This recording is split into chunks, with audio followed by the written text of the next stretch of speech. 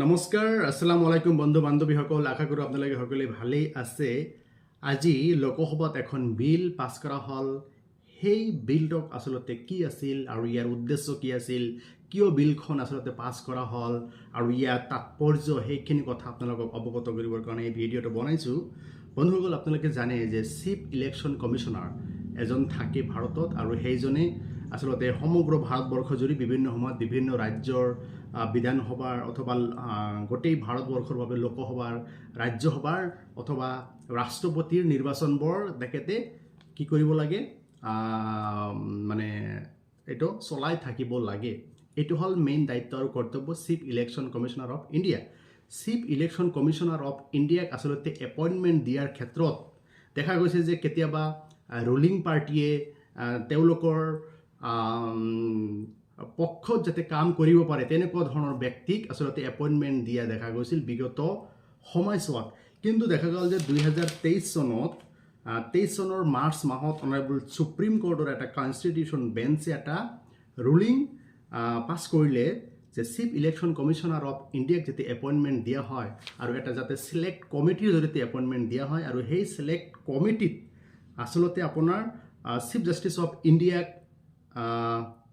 উচ্চতম ন্যায়ালয়ৰ মুখ্য ন্যায়াধীশক সেই কমিটিত অন্তৰ্ভুক্ত কৰিব লাগিব, আৰু সেই কমিটিত প্ৰধানমন্ত্ৰী থাকিব লাগিব আৰু লিডাৰ অফ দ্য অপজিশ্যন, এই তিনিজন মানুহক তাতে কম্পালচাৰীভাৱে ৰাখিবই লাগিব।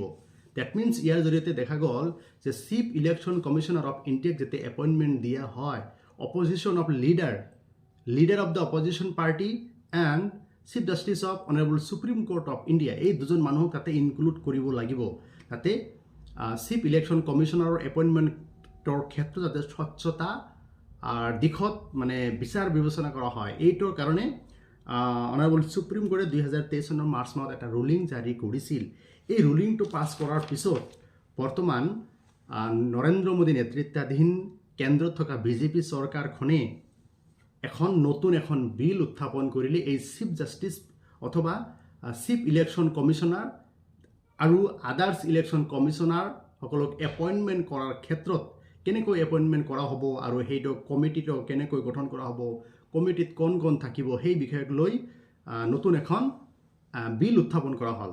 বিলটো হ'ল the chief election commissioner and other election commissioners appointment conditions of service and term of office bill 2023। এই বিলখন পাছ কৰা হ'ল। অলৰেডি ৰাজ্যসভাত বিলখন 12 ডিচেম্বৰ 2023 পাছ কৰা হ'ল। লোকসভাত আজি বিলখন পাছ কৰি দিয়া হ'ল। বিলটো পাছ হৈ যোৱাৰ লগে লগে মহামহিম ৰাষ্ট্ৰপতিৰ ওচৰত বিলখন যাব। তেতিয়া বিলখনত ৰাষ্ট্ৰপতি মহোদয়ে চহী কৰিলেই বিলখন আইনত পৰিণত হৈ গ'ল। গতিকে এই নতুন বিলখনৰ উদ্দেশ্য, এইমছবোৰ কি, সেই আপোনালোকক ক'বলৈ ওলাইছোঁ।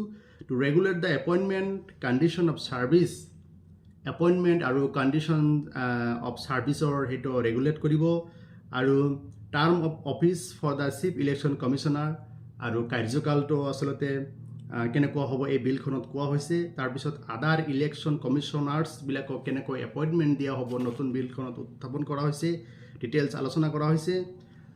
And outline the procedure for the functioning of the election commissioners, আৰু ইলেকশ্যন কমিশ্যনাৰসকলে কেনেকুৱা ধৰণৰ কাম কাজ কৰিব, এই ডিটেইলছ আইনখনত কোৱা হৈছে। আৰু এই আইনখনত আৰু এটা নতুন বিষয় সন্নিৱিষ্ট কৰা হৈছে যে ডিউৰিং দেয়াৰ টেনিউৰ, মানে chief election commissioner and election কমিশ্যনাৰসকলে তেওঁলোকৰ কাৰ্যকালত যদি কোনো কাম কাজ কৰিছে, সেই কাম কাজক লৈ কোনো চিভিল এণ্ড ক্ৰিমিনেল একশ্যন ল'ব পৰা নাযাব। এই বস্তুখিনি তাতে সোমাই দিয়া হ'ল। তাৰপিছত আপোনাৰ aim to shell the officials from, সেই কথাটো মই অলৰেডি কৈছোঁ যে চিভিল এণ্ড ক্ৰিমিনেল প্ৰচিডিংছ সেইবিলাকৰ বিৰুদ্ধে ল'ব পৰা নাযাব, ৰক্ষণাবেক্ষণ দিয়া হ'ল। Chief election commissioner and election কমিশ্যনাৰসকলক ৰক্ষণাবেক্ষণ এই আইনখনে দিলে। আৰু এই আইনখনত আৰু এটা ইম্পৰ্টেণ্ট, এই বিলখনত আৰু এটা ইম্পৰ্টেণ্ট প্ৰভিজন ইয়াতে অন্তৰ্ভুক্ত কৰা হ'ল যে chief justice of India, honourable supreme কোৰ্টৰ মুখ্য ন্যায়াধীশক যে সিলেকশ্যন কমিটিত ৰখা হ'ব, এই বিষয়টো এই আইনখনত নাই। তাৰমানে এই নতুন বিলখনে চিফ ইলেকশ্যন কমিশ্যনাৰক যে ইনক্লুড কৰিব লাগিব সেই কথাটো ইয়াত নাই। That means drop chief justice of ইণ্ডিয়াক ড্ৰপ কৰি দিয়া হ'ল এই আইনখনৰ জৰিয়তে। গতিকে এনেকৈ এই আইনখন আচলতে পাছ কৰা হ'ল। আৰু দেখা গৈছে যে লোকসভা আৰু ৰাজ্যসভাত অলৰেডি 141 মেম্বাৰ্ছক ছাছপেণ্ড কৰা হৈছে। লোকসভাৰ পৰা 95, ৰাজ্যসভাৰ পৰা 46 মেম্বাৰসকলক ছাছপেণ্ড কৰা হৈছে। ছাছপেণ্ড কৰাৰ পিছত এই বিলখন আচলতে পাছ কৰি দিয়া হ'ল। গতিকে এই বিলখনৰ কথা আপোনালোকক মই অৱগত কৰিলোঁ। লগতে এই নতুন বিলখন অনাৰ আগত আৰু এখন বিল আছিল, এখন আইন আছিল। সেই আইনটো হৈছে ৰিপ্লেচমেণ্ট, মানে পুৰণি বিলখনক বাতিল কৰি ৰিপ্লেচমেণ্ট কৰি নতুন বিলখন অনা হ'ল। গতিকে পুৰণি আইনখন কি আছিল? The election commission conditions and service of election commissioners and transaction of business act 1991।